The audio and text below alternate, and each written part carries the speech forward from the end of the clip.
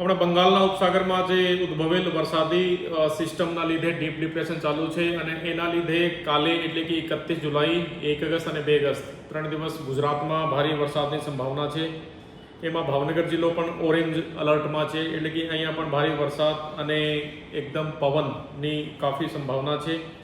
તો જિલ્લા અને તાલુકા મથકે આપણે 24 કલાક કંટ્રોલ સેન્ટર ચાલુ કર્યું છે। ભાવનગરના નાગરિકોને અપીલ છે કે કોઈ પણ આ પ્રકારની હેલ્પ જોઈએ તો તમે ત્યાં સંપર્ક ઓનલાઈન ફોનથી કરી શકો છો।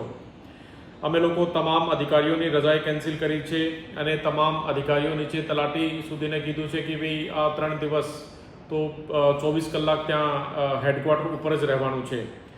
રાજ્ય સરકાર તરફથી પણ ભાવનગર જિલ્લાને એક સ્ટેટ ડિઝાસ્ટર રેસ્પોન્સ ફોર્સ એટલે કે SDRFની ટીમ ફાળવવામાં આવી છે અને વરસાદની આ જે પરિસ્થિતિ છે એને ધ્યાનમાં રાખીને તમામ ભાવનગરના તમામ નાગરિકોને વિનંતી છે કે ભારે વરસાદમાં બિનજરૂરી બહાર જવાનું ટાળીએ અને નાળા કે કોઝવે ઉપરથી પાણી પસાર થતું હોય તો કોઈ પણ સંજોગોમાં ત્યાંથી પસાર થવાનું નહીં।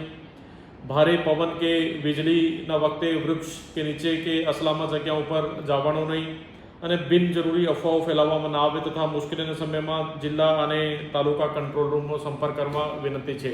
ટૂંકમાં ભાવનગર જિલ્લો ઓરેન્જ અલર્ટમાં આગામી 3 દિવસ માટે છે।